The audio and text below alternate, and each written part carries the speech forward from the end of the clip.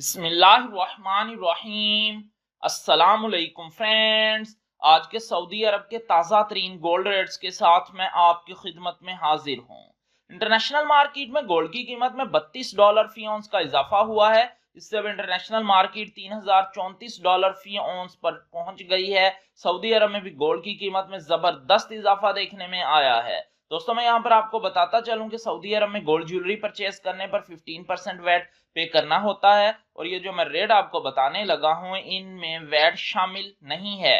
VAT is not included in these rates.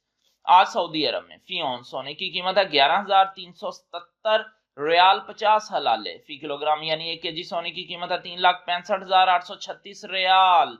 18 carat gold की फी ग्राम कीमत है 274 रियाल 38 हलाले। 18 कैरेट गोल्ड की फी 10 ग्राम कीमत है 2,743 रियाल 77 हलाले। 18 कैरेट गोल्ड की फी तोला कीमत है 3,200 रियाल 33 हलाले। 21 कैरेट गोल्ड की फी ग्राम कीमत है 318 रियाल 28 हलाले। 21 कैरेट गोल्ड की फी 10 ग्राम कीमत है 3,182 रियाल 77 हलाले। 21 कैरेट गोल्ड की फी तोला कीमत है 3,712 रियाल 39 हलाले। 22 कैरेट गोल्ड की फी ग्राम कीमत है 335 रियाल 33 हलाले। 22 कैरेट गोल्ड की फी 10 ग्राम कीमत है 3,353 रियाल 25 हलाले।